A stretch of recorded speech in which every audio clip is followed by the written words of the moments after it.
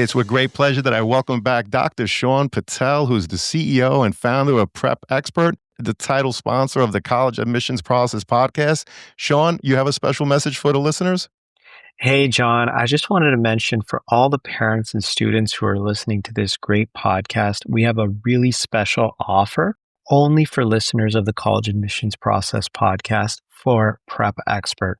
So if your student is going to be taking an online SAT, ACT, PSAT course anytime soon, or is looking for one-on-one tutoring with top 1% tutors, head over to prepexpert.com. We offer live online courses for every college admissions exam. On top of that, we have the best score guarantees, best curriculum, and best instructors in the test prep industry. And just for listeners of the College Admissions Process podcast, you can get 20% off any online SAT or PSAT or ACT course, as well as one-on-one tutoring. So you can get 20% off. Just make sure you use the promo code College Talk. That's one word, College Talk, and you'll get 20% off just for listeners of the College Admissions Process podcast. And I hope you guys can use that to your advantage, save a bunch of money at prepexpert.com. Thank you so much, Shaan. And to everyone out there, once again, that promo code is College Talk. That's one word, College Talk. Thank you all, and best wishes. Welcome to The Cap, where we are here to speak with college reps and other professionals in the field of college admissions to help answer all your questions and guide you through every step of the process. So if you're serious about college admissions, you've come to the right place. Are you ready? Let's talk about it. And now, here's your host, Dr. John Durante. Welcome to The Cap, the College Admissions Process podcast. I am your host, John Durante, and it gives me great pleasure to welcome back Dr. Shaan Patel, who's the CEO and founder of Prep Expert, a leading test prep company. Now, Shaan is also a board-certified dermatologist, and back in 2016, he got a deal with Mark Cuban on Shark Tank. Shaan, it is an honor and pleasure to have you back. By the way, I want to thank you for being the title sponsor of the College Admissions Process podcast. Welcome back, Shaan. How are you? Hey, John, thanks for having me back. And of course, happy to sponsor the podcast. It's great to see the growth and how far it's come, and excited for more success together in the future, both for the podcast, but also all the parents, families, counselors you help. Well, I appreciate your partnership, and I look forward to doing many more things working with you on this great thing we call college admissions. Now, Shaan, our last podcast episode together was released back in April of 2025. Since then, what's new with you and with Prep Expert overall? Yeah, a lot has changed since April of 2025. In terms of, the SAT itself, what's very interesting about the new digital SAT is the SAT has gone back more to its roots than it ever has before. So what do I mean by that? Particularly on the math section, they are producing more questions that are actually not solvable with the Desmos calculator. So I think what has happened, now this is rumor and hearsay, this isn't officially from the College Board, but this is the feedback we're getting from students, is that more and more of the questions that are appearing on the digital SAT cannot be solved by the Desmos calculator that's in the exam. Now, the reason for that, I believe, is because the College Board likely realized that many of the previous questions that were being given on the math section were easily solved automatically by the Desmos calculator. So it really gave kind of an unfair advantage to students who were adept at using the Desmos graphing calculator, and a disadvantage to students who, they may have never used a Desmos graphing calculator before. And so it's very interesting. And I say the SAT is going back to its roots because the SAT over the past, 20 years that I've been involved with SAT prep has always been known for producing math questions that you cannot easily solve with calculators, and you have to use actual problem-solving techniques to solve. And it's nice to see the SAT go back to that because I think it evens the playing field for many students who, a lot of times these are students who might be coming from an inner city or rural public school that have never used a Desmos calculator. So I think it's the right move by the College Board, and I hope to see more of it in 2026, 2027, and beyond. Well, I appreciate you sharing that. And it's great to hear that they are taking the feedback from the students. There's been so many transitions over the years with the Desmos calculator that you mentioned, but also the fact that now this SAT is, in fact, digital as opposed to pen and paper from just not too long ago. In our last conversation, Sean, you also mentioned that the digital SAT is adaptive, meaning that it adjusts the second module based on a student's performance. How should students shift their study habits to prepare for this format compared to the traditional paper SAT? Yeah, so the adaptive nature of the digital SAT is super important and special for this college admissions exam. There's no other standardized test in the K through 12 curriculum for college admissions that is adaptive in nature. Now, unlike some other standardized tests that adapt each question as you go, it's adaptive by module. That means depending on how well your student scores on the first module of the math or the reading and writing section, the second modules will have harder or easier questions. In terms of what this means for their test preparation, as well as their test taking during the exam, they really need to make a good faith effort on that first module to be very careful to get as many questions correct as possible because you want to see those that harder module 2.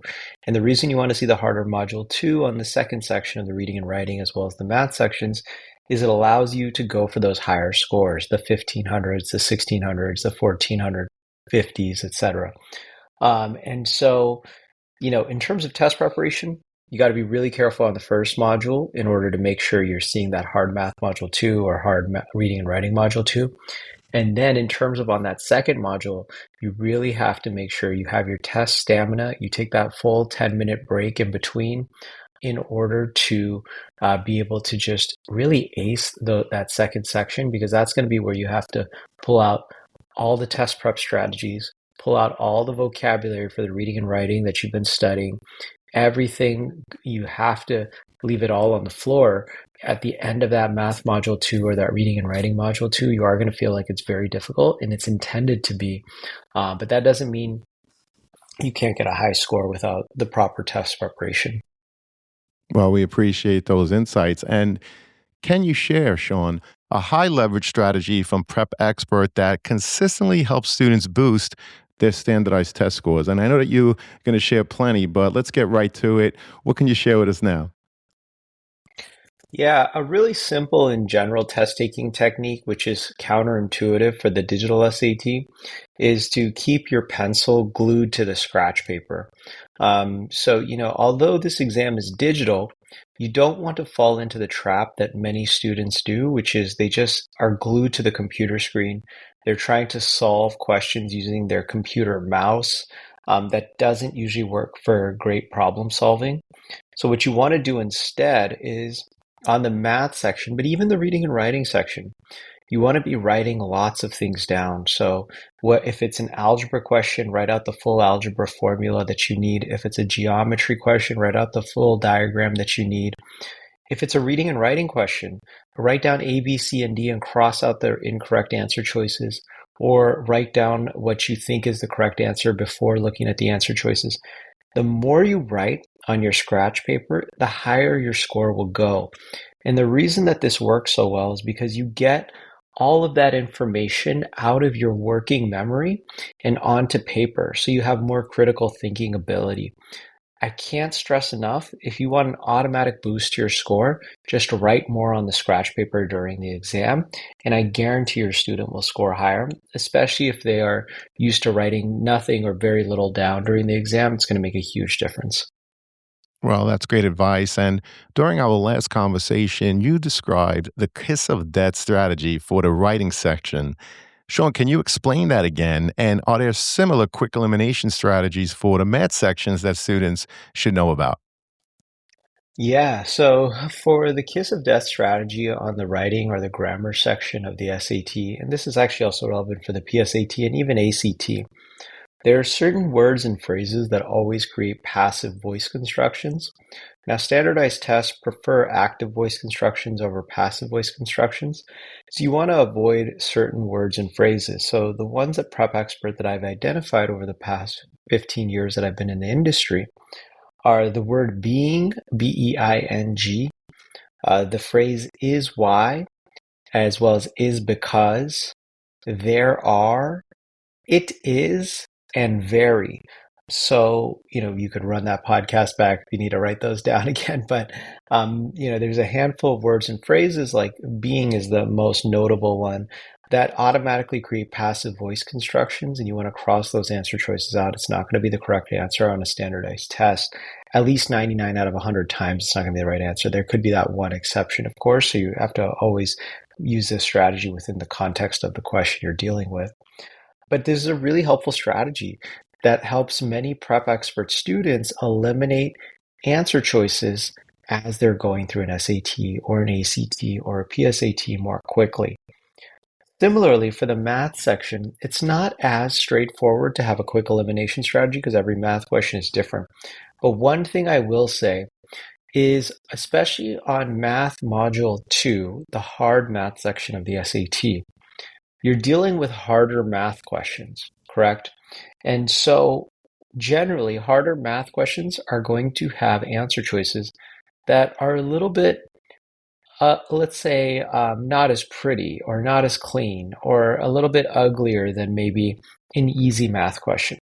So if you're on a hard math question at the end of Math Module 2 on the SAT, and you're trying to decide between answer choice A, which is the number 2, and answer choice B, which is the square root of 19, and you really can't decide between the two, I would say go with the square root of 19. And the reason for that is because that's the uglier, harder to get to answer choice, which is likely going to be the correct answer on a hard math question rather than a simple two. Now, not 100% rule at all, but this is a good elimination strategy when you can't decide on those hard math questions.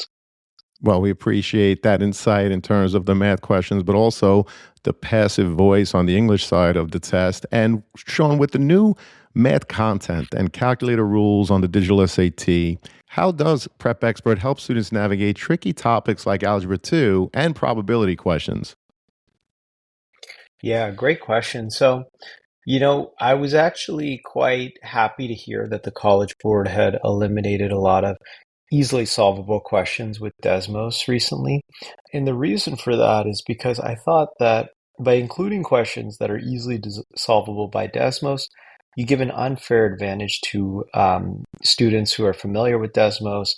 That generally is going to be wealthier students at top prep schools that give them graphing calculators that are Desmos enabled. And so one of the nice things about the strategies I've developed at Prep Expert that we teach in our online SAT and ACT and PSAT courses is almost none of the strategies require Desmos. So we're trying to help students solve these questions without calculators on using problem-solving techniques that are pen and paper. I love scratch paper. I talked about it earlier. I love using the pencil and the paper in front of you to solve questions. And I even have a strategy in the math section that's called avoid the calculator. Because I've always felt to be effective at test prep, you have to be able to solve questions without a calculator. You cannot be reliant on it. And so the fact that the College Board has also come to this realization that the calculator should not be the go-to way to test a student's problem solving or math abilities is music to my ears, because the students at Prep Expert have done very, very well on recent math administrations of the digital SAT because they are not reliant on the calculator at all to solve questions. Well, I appreciate you talking really about giving full access to all. Some students have access to Desmos while others not. So I really appreciate you emphasizing that. And speaking of full access, something that many students have a difficult time with is controlling their reading speed, right? When we go back to the English portion and we have to read those paragraphs. So what exercises or routines do you recommend for increasing that reading speed and comprehension on longer passages without sacrificing accuracy? Yeah, absolutely. So, reading speed is a really interesting topic when it comes to standardized tests. Many people think that their student struggles at the SAT reading or the ACT reading or the PSAT reading section because they're not a fast reader. That's actually not where students spend most of their time on the reading section. It's actually deciding between incorrect answer choices. So, what ends up happening is no matter how fast or slow you read a passage, it usually only makes a few second difference. So it's not going to make or break your section. But how long you decide between answer choice B and answer choice D can make or break you because many students will spend 30 seconds, 60 seconds, 90 seconds debating between the two answer choices. And so, what we try to do at Prep Expert is help students reduce the amount of time debating between answer choices. So, we give them quick elimination strategies, kind of like the ones we talked about for the grammar and the math section, but also for the reading section, to get rid of wrong answer choices more quickly, as well as how to identify correct answer choices more quickly, so that you're not spending a ton of time on those questions. And if you make up that time, it really doesn't matter as much whether you're a slow reader or a fast reader because you'll be able to finish sections on time.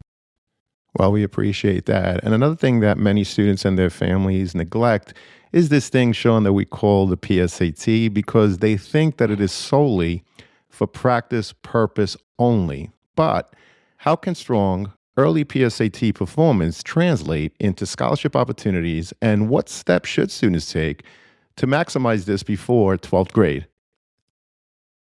Yeah, the PSAT is actually my favorite standardized exam, more so than the SAT, more so than the ACT. And the reason it's my favorite is one, it's a little bit easier than the SAT, so the topics are not as difficult, so you could get a higher score. But two, if you score in the top 1% in your state, which will qualify you for something called national merit, for those that are not familiar, national merit will essentially, it's a scholarship program that, I think about half of all national merit semifinalists get a $2,500 scholarship. $2,500 is nothing to write home about, but there's another big benefit of being national merit that many parents, students, and even counselors don't realize, which is that there are over 100 colleges and universities that offer half tuition and full tuition scholarships to national merit students. And so that's a huge burden off of many families, right? Now you don't even have to pay for college, all because your student scored high on the PSAT. And so the PSAT is totally overlooked. And the reason for that is because it happens early in their junior year, early in 11th grade. It happens in 11th grade, October, usually. And, the traditional ideology among high school counselors is don't worry about test prep until spring of junior year. Well, if you wait until spring of 11th grade to start your students' test prep, guess what? They totally missed their opportunity for national merit that happened in fall of 11th grade, which is why I highly recommend ninth graders, 10th graders, parents, start your student with some SAT, PSAT prep so that by the time they get to early 11th grade, October of 11th grade, literally 1, 2 months into school, they'll be ready to knock the PSAT out of the park, hopefully qualify for national merit. And ultimately, we've had hundreds of students now qualify for national merit at Prep Expert that did not have to pay for college after. And so it's a huge, huge benefit to parents and students out there. Yeah, and it's interesting to see how many parents out there and students who are not familiar with it. As I said earlier, they look at the PSAT as simply a practice test, yet it can be life changing, and it is for so many students throughout the country. So, Sean, for a 10th grader who's listening and is now panicked because they have less than a year before the all important 11th grade PSAT, what other immediate actions would you recommend to maximize their national merit potential? Yeah, absolutely. So for 10th graders, parents of 10th graders, it's the best time to start your test preparation for the SAT and the PSAT. So, action number one is download the College Board's Blue Book application.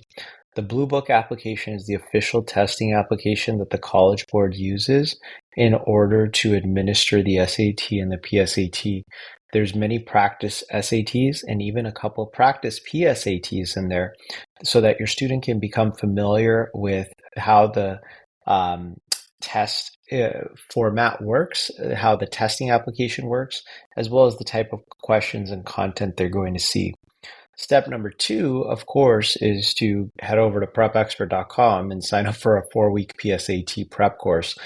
We have courses that specialize specifically to help students with their PSATs in order to get those scores up and qualify for national merit. So really, that's the two steps. You have to use really good questions, which is the College Board's Blue Book app. So what I call perfect questions are from the test reader. And then step number two is you have to apply really amazing strategies. Of course, they're unbiased, but I believe Prep Expert has the industry's leading strategies in terms of test preparation. You have to apply perfect strategies to perfect questions, and your student will be led to, if not a perfect score, a top 1% score. And that's what you need for national merit. So really, that's the formula. That's the whole secret. Well, we appreciate that, Shaan, and I will definitely put Prep Expert and College Board's website in the show notes. Now, Shaan, with many top colleges reinstating standardized testing requirements, have you seen measurable changes in scholarship awards for students who submit high scores now versus during the height of the test optional movement? Yeah, 100%. So, what's super interesting now is dozens and dozens and dozens of colleges just this year have reinstated standardized testing requirements. I think now for the Ivy League schools, there's only one university that does not require it. I think it's Columbia. I think everywhere else it is it's either reinstated already or going to be reinstated in the next 1 to 2 years for the incoming class. Um, but it's not just Ivy Leagues. It's, schools like University of Texas at Austin, all Georgia public universities, all Florida universities. And we're seeing this big drive back to testing. And it makes sense. You need to have standards in order to admit students in order to qualify students, not only for admissions, but for scholarships. So that's the other big shift we're seeing. We're seeing more and more students actually receive scholarships for not necessarily, athletic scholarships, but their actual academics. So their grades and their test scores. And their test scores are actually getting them more scholarships than their peers. Why? Well, because, over the past 20 years, there's been so much grade inflation that almost 50% of students have an A average as a high school senior. So your grades don't get you the scholarships. The test scores do. And so we're actually seeing a huge movement of parents and students who care more about college affordability and merit-based scholarships than they do about the brand name or the prestige of the college they go to. And that makes a lot of sense. I don't think it's worth going $300,000 into student debt for a college education that may not be able to pay that back over time. And so I love to see when my students are getting full rides, half rides, even quarter tuition scholarships are worth it, and can really make a big difference in your future. Yeah, I think most people would agree that they don't want to be $300,000 in debt. And I also appreciate how you talked about standardized tests. They're used, of course, for admissions in many, many universities, but also they're used more and more for scholarships. So it is important to prepare, especially for that PSAT, to try for that national merit, but also to try for a high score so that you can submit your scores to test optional schools if, in fact, it's going to enhance your overall application. And again, those merit-based scholarships, which definitely come in handy to so many students and families out there. Now, Shaan, Prep Expert hires only 99 percentile instructors. By the way, I wouldn't qualify to work for you as an instructor, Shaan, but they must also audition to demonstrate their teaching abilities in addition to being in that 99 percentile. Beyond scoring high, what teaching or communication mistakes do you actively screen out to ensure students receive dynamic and truly effective instructors? Yeah, absolutely. It's quite difficult to get a teaching role with Prep Expert. We get thousands of applications a year and only hire a select handful. And we do that not to be mean to teachers and tutors who are applying, but in order to get our students the absolute best instructors in front of them. So, what makes a great instructor or tutor for SAT or ACT? Well, one, they have to have an absolute mastery themselves of the test that they're teaching, which means we require that if they're teaching the SAT, they've got to have scored in the 99th percentile on the SAT because a lot of our students are looking to get in the 99th percentile or higher. So you have to be able to know every part of the test. If you're doing the ACT, you got to score in the 99th percentile on the ACT in order to teach the ACT. But just having your own mastery of a test is not enough to be a great instructor or teacher, of course. So, we of course look for teaching experience, but a lot of people can have teaching experience and, may have not done a great job necessarily. So we do a full audition with instructors to have them teach us lessons with our operations team, who's in charge of hiring these tutors and instructors. And in the audition, what we're really looking for is there's actually a single thing that I think is really important, which is the ability to explain complex concepts in simple terms.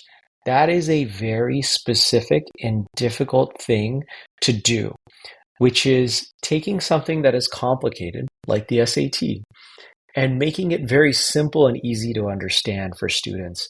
That is what I'm looking for. Can you teach me this complex Algebra 2 question? Or can you teach me this difficult reading and writing question? And can you do it easily? And can you do it effectively? And can you do it in simple terms that's easy to understand? If you can do those things and you have mastery of the task and you have teaching experience, I mean, I will say that Venn diagram doesn't always pan out because it's hard to find those people, but when we find those people, we hire them. Yeah. Well, that's terrific. So, if you're listening out there and you happen to be in the 99th percentile and you have teaching experience with the ability to explain complex concepts in simple terms, connecting it perhaps to the real world for students so that they could really see themselves in the problem, then, definitely reach out to Prep Expert. Now, Sean, Yes, beyond test definitely. scores, now beyond those test scores, how does Prep Expert help students build things like study habits, resilience, and time management skills that will benefit them obviously for the test and in college, but even beyond that throughout whatever path they choose in life? Yeah, this is my favorite part of Prep Expert, which is because I created the company, I created the curriculum, 15 years ago now. I wanted to do something really special and unique compared to other test prep companies, which is I didn't just want students to come out of Prep Expert SAT and ACT classes and be like, and only be good test takers on that one test. Instead, I wanted to teach them skills that would be transferable, not only other tests, but to other classes in their high school and college curriculums, but also even in their future lives in the workforce and in their careers. So at Prep Expert, we actually teach what are called general strategies that are effective not only for the SAT and the ACT, but they are effective in terms of time management, productivity, study habits. And what the feedback that I read the reviews of Prep Expert courses all the time, and the feedback that I consistently see from parents and students is that I didn't just learn about the SAT or the ACT, but I learned how to study better, how to have better thinking abilities, how to concentrate and have better attention span, how to manage my time better. I mean, these are all skills that are crucial for life. They're just not SAT or ACT specific. And then, then years later, I'll go on and I'll see, many of my students become doctors, lawyers, they work for NVIDIA and Apple and all these great companies. And, I have to believe that and not only have to believe, but I've talked to the students and they tell me that many of the skills they learned at Prep Expert actually transfer to their other high school classes, their college classes, and now in their careers, maybe in medical school, law school, et cetera, their grad schools, but even in their actual careers and their day-to-day lives. So that's, what I love to see is being able to actually make a positive impact on students' future success beyond the test. Well, that's great advice and input in terms of you're prepping them really well for those standardized tests. But equally as important is that you're teaching them lessons for life, whether it's when they're in college as students or whatever path they choose beyond. So we appreciate that insight. And Sean, I want to make sure that I covered everything that you wanted to cover today. So before I get to my last question, is there a question that I didn't ask that you wish I had, or perhaps a topic that simply didn't come up in the conversation that you'd like to leave with us now? No, I think we were pretty thorough for the most part. There's no questions that I can think of. The only thing that I'd pose a question to, your audience is, really think about the college affordability that we were talking about. Is it better to go to an Ivy League school with no merit-based scholarships because they don't offer any merit-based scholarships?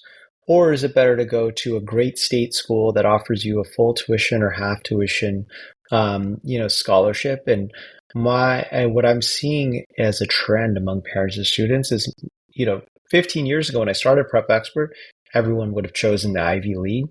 Now everyone is kind of choosing a more affordable option that's going to be more cost effective and still generate a great ROI for them in their future success. Well, that's great advice. And I'm not going to give the name of the institution just yet, but one of the upcoming episodes is going to be from a huge state school that everyone I'm sure has heard of. And they're going to talk specifically about their honors college and the Hmm. opportunities that if you're able to get admitted to their honors college in terms of the merit-based scholarships, but also all of the perks, if you will, while you're there for the 4 years being part of that program.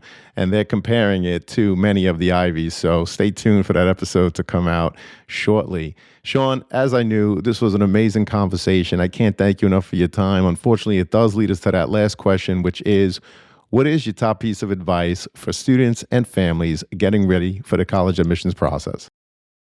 Yeah, my top piece of advice for parents, students, and families who are getting ready for the college admissions process is don't wait until 12th grade. The college admissions process really starts the day you set foot in ninth grade in terms of your grades, your extracurriculars, but most importantly, in my opinion, your test scores. Your test scores can really separate you from the pack. It'll separate you from all the other 4.0s and A averages that admissions committees and scholarship committees see. And then on top of that, once you get a great test score, you can have it pay off in terms of six-figure dividends in the form of scholarships, full tuition, half tuition. I was offered three full ride scholarships myself. We have plenty of students at Prep Expert that were gotten way more scholarships than me, $1 million, $500,000, etc. So don't discount the fact that test prep and scholarships go hand in hand together. The higher your test scores, the more merit-based scholarships you will be offered, and the lower your overall cost of college. So um, be like me and many of the students at Prep Expert and try to go to college for free or as low cost as possible.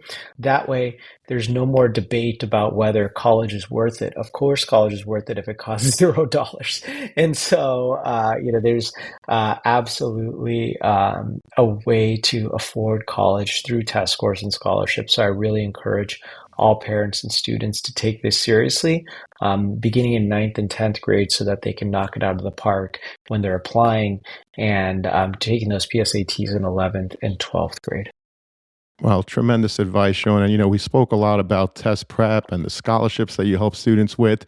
But another thing that Prep Expert is excellent at is this thing we call college counseling. So, do you want to Mhm. share what you offer in terms of those services to students and their families?